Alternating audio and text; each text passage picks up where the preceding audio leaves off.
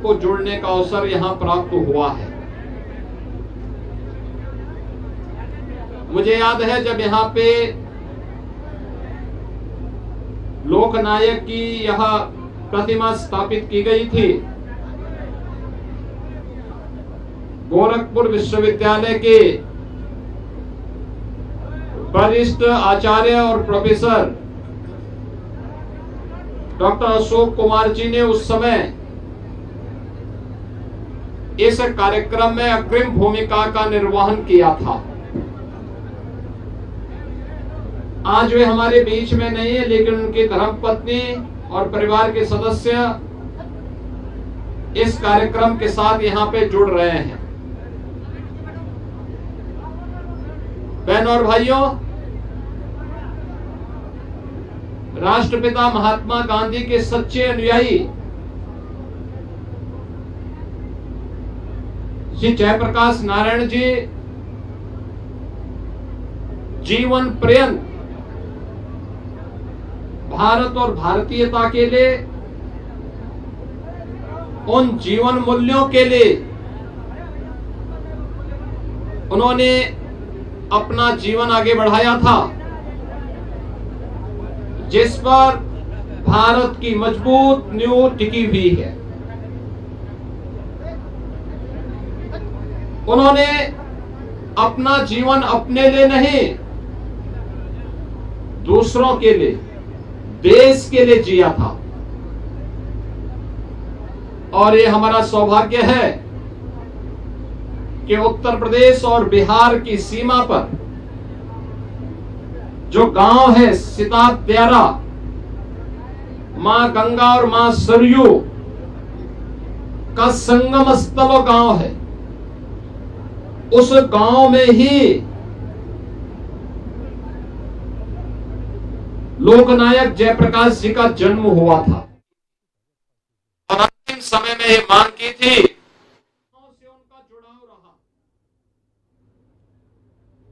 और उन्होंने 1977 में अपने गांव में एक स्वास्थ्य केंद्र निर्माण की भी मांग की थी। और अंतिम समय में ये मांग की थी कि उस स्वास्थ्य केंद्र का नाम उनकी धर्मपत्नी प्रभावती जी के नाम पर रख दिया जाए। लेकिन पिछली सरकारें, जिन्होंने जयप्रकाश जी के नाम पे सत्ता तो हासिल की, लेकिन यह नहीं कर पाई। ये हमारा सौभाग्य है कि जयप्रकाश जी के गांव के उस स्वास्थ्य केंद्र को 100 बेड का स्वास्थ्य केंद्र बनाने के साथ ही उसके नामकरण को करने का सौभाग्य हमारी सरकार को प्राप्त हुआ।